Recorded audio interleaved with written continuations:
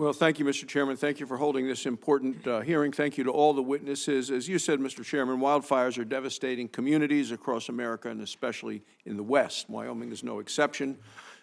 Just 12 days ago, the Happy Jack fire threatened homes and infrastructure in and around our state capital in Cheyenne. And as you pointed out, Mr. Chairman, that fire was in February. I mean, this is very early for fire season. The fire serves as a sobering reminder that we are in a wildfire crisis, and the crisis isn't going to solve itself. Our federal forests are in dire need of effective management. In recent years, Wyoming and other western states have endured wildfires of unprecedented size and destructiveness. These wildfires are wreaking havoc on our forests and on our communities. So until we start to manage our forests properly, the crisis is going to continue to escalate.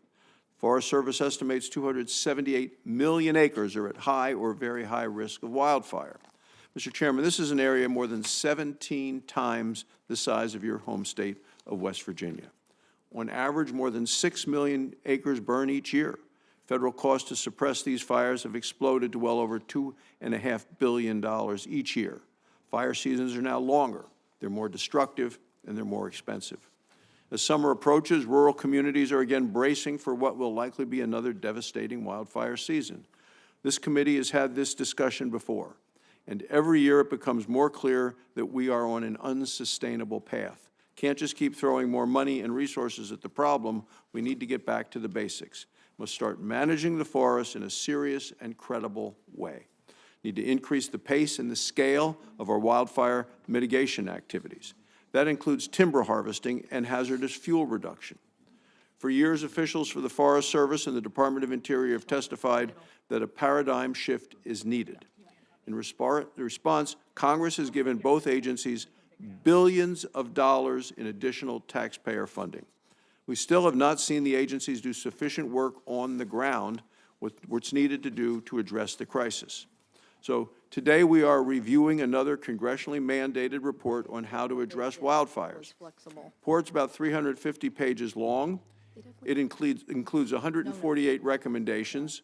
And while all of us here recognize the urgency of the problem, acting on nearly 150 recommendations is impractical and it's not entirely helpful.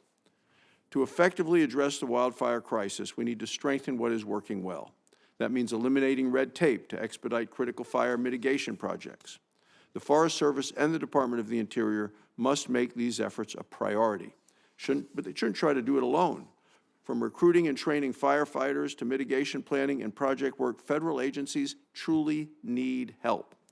Federal agencies need to allow local communities, state agencies, and Indian tribes to help get this vital work done. We all need to work together. The Commission report shows that we should focus our time and resources on cross-boundary, locally led efforts to address wildfire risk. Now, I remain troubled that the Commission excluded representatives from my home state of Wyoming.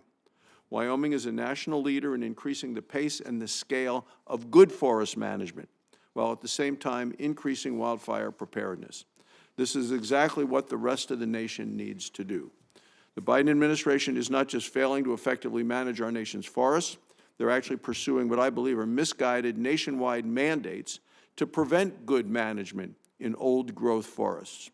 Instead of restricting responsible forest management, this administration should focus on how to get more management done across fire-prone lands. The Biden administration shouldn't delay or make it more difficult to do this crucial work. I'd like to welcome Kelly Norris, and I'll introduce her a little bit, Mr. Chairman, who is Wyoming State Forester, and as well as include all the witnesses today. Thanks so much for being here. Thank you, Mr. Chairman. I look forward to the testimony.